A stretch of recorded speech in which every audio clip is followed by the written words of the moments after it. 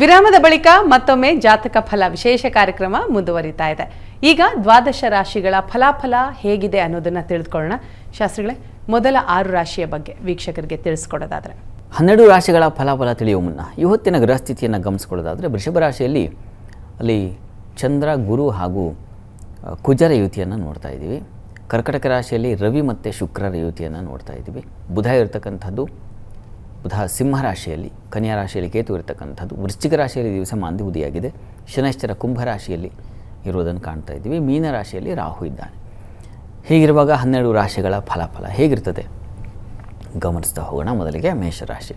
ಮೇಷರಾಶಿಯವರಿಗೆ ದಿವಸ ನೋಡಿ, ದ್ವಿತೀಯದಲ್ಲಿ ಚಂದ್ರ ಇದ್ದಾನೆ, ಗುರುವಿದ್ದಾನೆ. ಹೀಗಾಗಿ ಸಿಹಿ ಪದಾರ್ಥಗಳ ಊಟ, ಭೋಜನ, ಒಂದು ಔತಣಕೂಟ ಕುಟುಂಬದ ಮಟ್ಟಿಗೆ ಇದೆಲ್ಲ ತುಂಬ ಚೆನ್ನಾಗಿದೆ. ಜನ್ಮಾಧಿಪತಿಯೂ ಸೇರಿಬಿಟ್ಟಿದ್ದಾನೆ. ಹೀಗಾಗಿ ಸಮೃದ್ಧವಾದ ಕುಟುಂಬ ಸೌಖ್ಯ ಅನ್ನೋದು ಏರ್ಪಾಡಾಗುತ್ತೆ. ಹಣಕಾಸಿನ ಏನು ಅನುಕೂಲ ಅದನ್ನು ಸೂಚಿಸ್ತಾ ಇದೆ.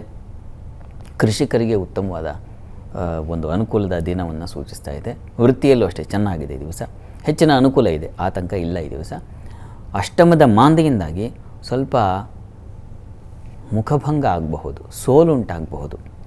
ಇದರ ನಿವಾರಣೆಗೆ ನರಸಿಂಹ ಪ್ರಾರ್ಥನೆ ಮಾಡ್ಕೊಳ್ಳಿ. ಇನ್ನು ವೃಷಭ ರಾಶಿ. ವೃಷಭ ರಾಶಿಯವರಿಗೆ ದಿವಸ ಮನಸ್ಸಿಗೆ ಒಂದು ಸಮಾಧಾನ ಇರ್ತದೆ. ಯಾವ ವಿಚಾರದಲ್ಲಿ? ಸಹೋದರ ವಿಚಾರದಲ್ಲಿ, ಕೆಲಸದ ವಿಚಾರದಲ್ಲಿ, ಮತ್ತು ಈ ದಿವಸ ನಿಮ್ಮ ಬಂಧುಗಳ ವಿಚಾರದಲ್ಲಿ, ಸ್ನೇಹಿತರ ವಿಚಾರದಲ್ಲಿ ಒಂದು ಸಮಾಧಾನ ಕಾಣ್ತೀರ. ಈ ದಿವಸ ಆಪ್ತ ಮಿತ್ರರಿಂದ ತುಂಬ ಅನುಕೂಲ ಆಗುತ್ತೆ. ಒಳ್ಳೆಯ ಸಲಹೆ ಸಿಗುತ್ತೆ, ಚೆನ್ನಾಗಿದೆ.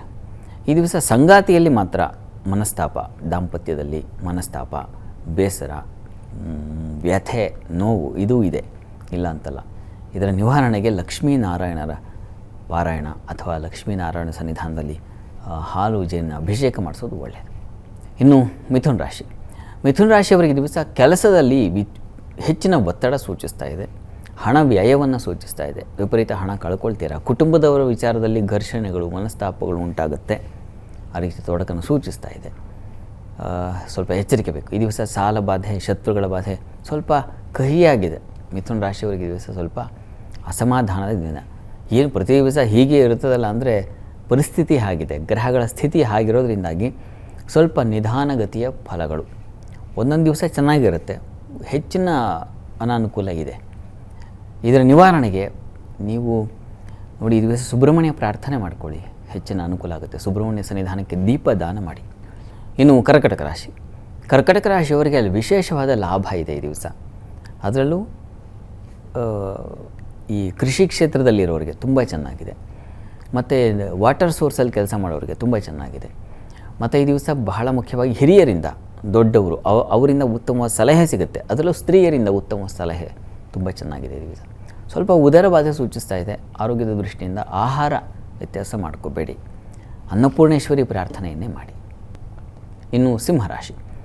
ಸಿಂಹರಾಶಿಯವರಿಗೆ ದಿವಸ ನಿಮಗೆ ವೃತ್ತಿಯಲ್ಲಿ ಬಹಳ ವಿಶೇಷವಾದ ಫಲ ಇದೆ. ಒಳ್ಳೆ ಗೌರವ ಸಿಗುತ್ತೆ, ಸ್ಥಾನಮಾನ ಇದೆ, ಹೊಸ ಅವಕಾಶಗಳಿಗೆ ದಾರಿಯಾಗುತ್ತೆ, ಚೆನ್ನಾಗಿದೆ. ಈ ದಿವಸ ಸ್ವಲ್ಪ ಪ್ರಯಾಣದಲ್ಲಿ ತೊಂದರೆ ಅನ್ನೋದನ್ನು ಸೂಚಿಸ್ತಾ ಇದೆ. ಜೊತೆಗೆ ಬಂಧು ಮಿತ್ರರಲ್ಲಿ ಸ್ವಲ್ಪ ಹುಷಾರು. ಹೃದಯ ಭಾಗದಲ್ಲಿ ಸ್ವಲ್ಪ ತೊಂದರೆಗಳಾಗಬಹುದು. ಆರೋಗ್ಯದ ದೃಷ್ಟಿಯಿಂದ ಆದಿತ್ಯ ಹೃದಯ ಹೇಳ್ಕೊಳ್ಳಿ. ಇನ್ನು ಕನ್ಯಾ ರಾಶಿ. ಕನ್ಯಾ ರಾಶಿಯವರಿಗೆ ದಿವಸ ಕೆಲಸದಲ್ಲಿ ಒತ್ತಡ, ಅಧಿಕ ಒತ್ತಡ ಸೂಚಿಸ್ತಾ ಇದೆ. ಇದು ಸ್ವಲ್ಪ ಭಯದ ವಾತಾವರಣ ಕೂಡ ಇದೆ.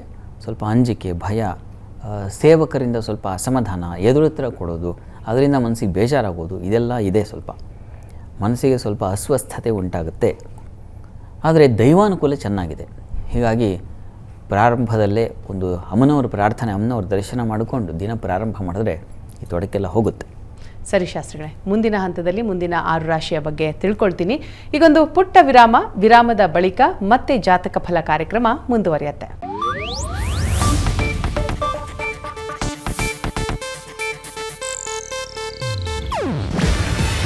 ಇದು ಏಷ್ಯಾನೆಟ್ ನ್ಯೂಸ್ ನೆಟ್ವರ್ಕ್ ಪ್ರಸ್ತುತಿ. ನೀವು ನೋಡ್ತಿದ್ದೀರಾ ಏಷ್ಯಾನೆಟ್ ಸುವರ್ಣ ನ್ಯೂಸ್.